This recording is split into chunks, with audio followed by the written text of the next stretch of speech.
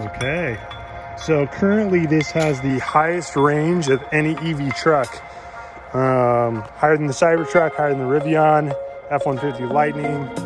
They don't even really come close. It's actually, and the electronics are so much faster. Like they're just miles ahead of Ford. I think this is the biggest. Alrighty guys, I am not the biggest EV truck fan.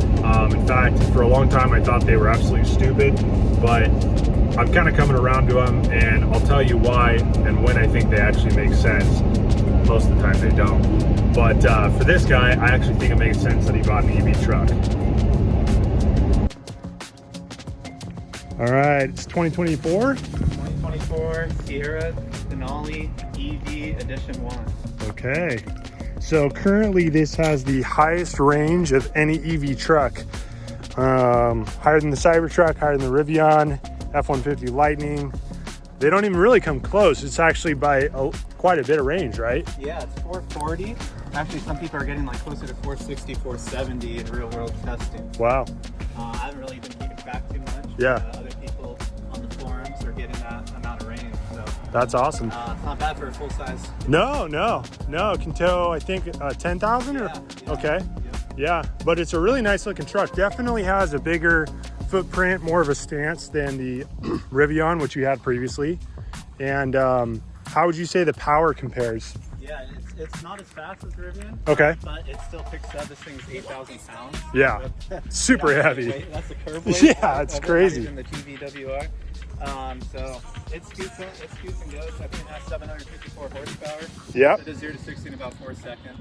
Well, which is plenty fast. That's no slouch. Yeah. It's no slouch there. And about 800 torque too, I think. Yeah, something like that. Yep. Something like that. Yep. So, stock 24s here. Yeah, I got 24s. And then you got, of course, the nice electric power. And then this folds down. It can, configure a few different ways, right? Yeah. This whole panel comes down and you get about 11 feet.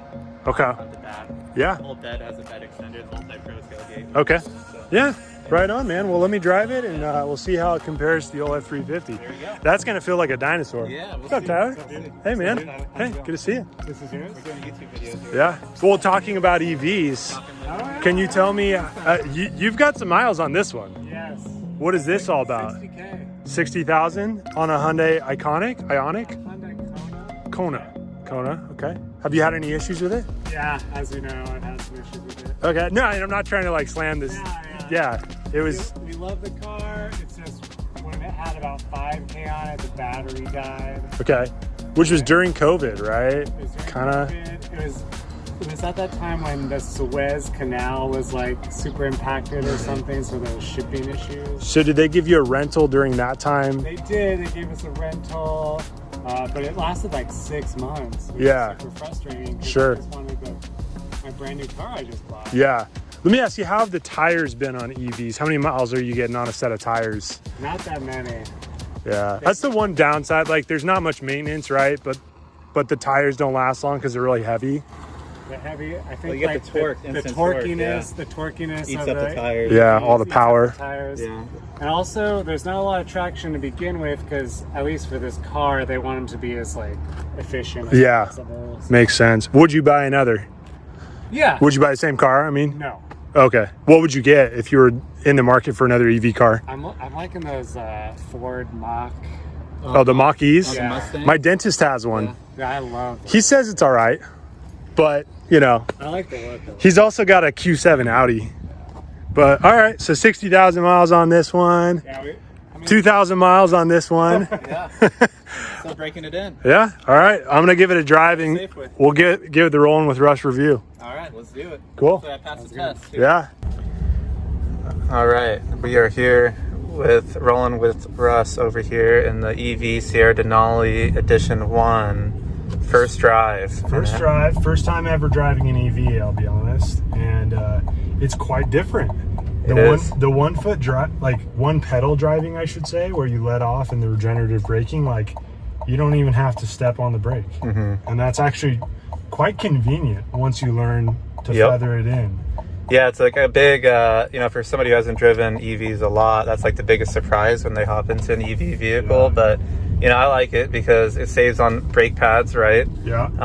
It's kind of one less thing you have to worry about or think about, and you get more mileage, with the regen. Just a little past Yeah, the that's store fine. and we'll come back. So, yeah, the fit and finish in here is, I mean, it's beautiful cabin, very spacious. It's about the same size as my F350. If not, the backseat might be even a little bit larger. Tell me how you like the Pano sunroof. Yeah, so it's got like the special tint to keep the heat out. So I think it's like electrochromatic or something. So it doesn't need to be tinted more, and it's actually done a lot better than the Rivian stock sunroof. So keeps it definitely cool in here during the summer. Had a lot of 100-degree days, and I got the front tinted as well. Head-up display is really nice. Yeah, it's good. It's good. And the electronics are so much faster. Like, they're just miles ahead of Ford. I think this is the biggest screen they make on a vehicle. Yeah, the but current not just the size. It's like the processing power, and I know you said it's got the Google, right? So if we just say, "Hey Google," oops, sorry. Yeah. Take me to Target. To where? Target. See, so yeah, let's take us to the nearest Target. You just touch it.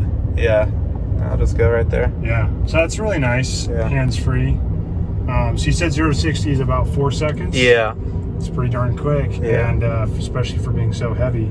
But it's really comfortable. So I'm gonna try a U-turn here, and we got 2 standard size lanes. Watch this. This will do a U-turn like a Toyota Prius. Rear steer. Oh my gosh. Oh my gosh. This is a full-size truck, and you still had about Prius. 4 feet on this side. Yeah, we weren't even really into the bike lane at all. No. My truck would take like three points to do that turn at least. So that's a game changer. I'm gonna floor it real quick. Yeah, go ahead. Woo. It's not dramatic. Yeah, it's subtle. It's smooth, but it pulls good. It does. It's so nice. That's all you need. Wow. Yeah, the power on this it's just so smooth. It's very quiet, and nothing rattles. Fit and finish is good. The feel's good. It's a GM product, high-end GM product, which I've never had a GM truck before. But it's based on the Hummer and like the Cadillac, platform, right? And so I go, okay, hopefully on the luxury side it actually performs, and it has a fit and finish. Nice. But so far so good. Yeah, and so you had how many miles on your Rivian? About 36,000. Okay. Yeah. And then you've already got 2,000 on this. What are your overall likes and dislikes of this truck so far? Yeah, so I mean, so far, I really like the range. I love the feel of this as well, more than Rivian was faster. But overall, I mean, this for an 8,000-pound truck, and for the size and the capability of this over the Rivian, I'd give that more of a pro than a con over the Rivian. And overall, I like it. I like the user interface, how it has my Google. I could just talk to it, and it texts or calls whoever, and takes me to wherever I need to go. I like all of that. It still has the self-driving like the Rivian does on the freeways. Yeah. This one has the auto lane change. Rivian did not. I will say, I've never driven any vehicle with rear steer other than a forklift, which is only rear steer. Yeah. But like, this is really nice. It just feels so maneuverable, and it's kind of odd to describe because my truck is a little bigger for sure, but it's just night and day maneuverability. Yes. And so the rear steer, it seems like a gimmick, but once you drive with it, you're kind of like, why would I ever drive something without this? Exactly. It's just so nice. Yeah, you got to have rear steer in a big vehicle. It makes this life a lot easier. And so overall, very good impressions on it. I think I'm going to keep it for a long time. It checks the boxes. Hopefully put some kids back there in the back seat. There you go. You got a lot of storage. That whole panel comes down, so you'll have about 11 feet of storage, which is awesome, like the old Avalanches. But overall, so good. So hopefully it passes the rolling with Russ. Absolutely. Passes the stamp of approval. We'll do a follow-up when we have like 20,000 miles on it. There you go. See how you're liking it then, but I really like it. All right. Thanks, Jason. You got it. All right, guys. So after driving that Sierra EV, I can think of only one good reason to buy it, and that is because you want to. If you have the money sitting around and you can afford an EV and you want something you can throw bikes in the back or tow a boat to the lake, by all means, go out and buy it. Don't let anybody stop you. They're not there to save money. In my opinion, they're also not there to save the environment. They're an option. And if that's the vehicle you want to drive, then go drive it. For me, I want something that can tow a heavy fifth wheel or dump trailer around. That's just my personal choice. I'm going to stick with my truck right now. But if an EV makes sense for you, don't let anybody else tell you that it's a stupid idea. It's your money at the end of the day, so spend it how you want to.